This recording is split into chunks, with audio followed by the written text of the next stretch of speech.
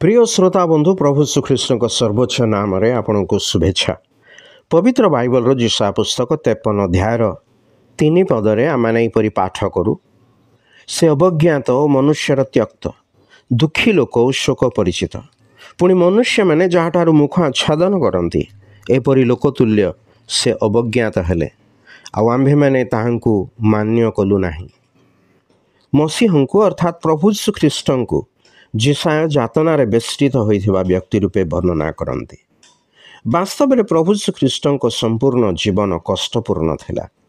से अपना माता गर्भस्थ थिबा बेले जोसेफ और मरियम नाम पंजीकरण करने निमंते बेथलेहेम पर्यंत कठिन यात्रा करने को पड़ेगा। तांकर जन्म होगापाई कौन स्थान नथिला। तेणु ईश्वरंकर पुत्र एक गुहाल जन्म नेले। आउ जो कुंडरे गोरु गाई दाना खाती ताहा तांकर सजिया हैला। जेतेबेले हेरोद राजा तांको जन्मर संदेश पाइले तांको हत्या करने को से षड्यंत्र कले। तेणु अनेक शिशु मानू हत्या कले। तेणु हेरोद राजा जीवित थिबा पर्यंत जोसेफ और मरियम शिशु जीशु को नहीं मिसर रे रहिबा को पड़िला। नाजरित भली एक शुष्क ग्राम रे जड़े दरिद्र बढ़ाई गृह कष्टकर परिवेश रे तांकर बाल्यावस्था बीतीथिला। तांकर सेवा कार्य आरंभ होउणु तांको ग्रामर लोके और तांकर निज भाई माने मध्य तांकर विरोध कले।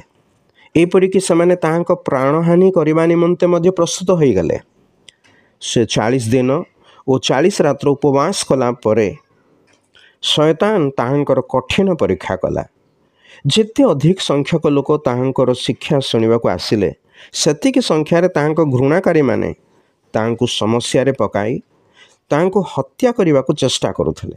जदियो से संपूर्ण निर्दोष निष्पाप थिले तथापि तांको मिथ्या दोषारोप करी क्रूसरे चढ़ाई हत्या करने निमंते दंडादेश हैला। संक्षेप रे कहिले तांको समग्र जीवन जन्म पूर्वरु आरंभ करी क्रूसरे प्राण त्याग करने पर्यंत जातनारे बेष्टित थिला। प्रकृत रे आमे मनीष मानकर पाप और अपराध हेतु तांको प्रति मृत्यु पीड़ा और दुख घटिला। पुणे सबुरु जेपरी आमर मुक्ति हेब एथिपाई प्रभु श्रीकृष्ण आमर कष्ट दुख सह कले। जदि आमे तांको मृत्यु पुनरुत्थान रे विश्वास करूँ और तांको ग्रहण करूँ तेबे आमे पाप क्षमा प्राप्त हेबा। अनंत मृत्युरु दुख और पीड़ारु मुक्ति प्राप्त हेबा। एपरि करबा निमंते ईश्वर आपणको साहाय्य करंतु।